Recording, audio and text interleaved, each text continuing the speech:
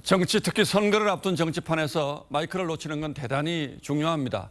이낙연 전 총리에게로 연일 언론의 시선이 쏠리면서 이재명 대표는 사법 리스크가 오히려 부각되는 분위기였는데 오늘은 한마디 했습니다. 일단은 통합을 강조하며 서로의 의견에 너무 과민 반응하지 말자고 했습니다. 하지만 이재명, 이낙연 두 사람의 악연이 지난 대선으로까지 이어져 있어서 상황이 그리 간단치는 않습니다. 최원희 기자가 보도합니다.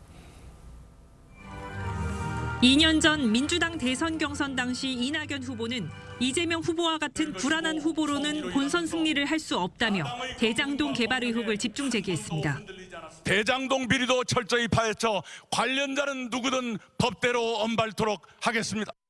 공공개발을 막던 보수 언론과 국민의힘이 적반하장으로 왜 공공개발 안 했냐, 공공한수액이 왜 그리 적냐며 대선 개입하는 이 현실을 보십시오. 축하드립니다. 이재명 후보 강성 지지층이 결집하면서 경선은 이변 없이 마무리됐고 이 후보 지지자들은 경선을 기점으로 이른바 이재명 사법 리스크가 시작됐다고 보는 걸로 전해졌습니다.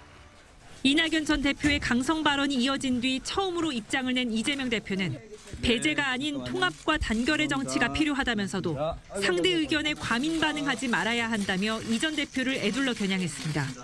민주당의 역사와 가치해왔기 때문에 그것을 깨고 다른 가치, 다른 정당 노선을 가지고 하시지는 않을 것이라 보고요.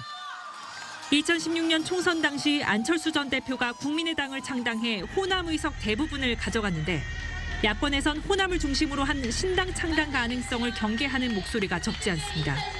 하지만 민주당의 호남 지지율이 과반을 넘는 상황에서 이 전 대표가 호남 신당을 만든다고 하더라도 파급력은 제한적일 거란 전망도 나옵니다. TV조선 최원입니다.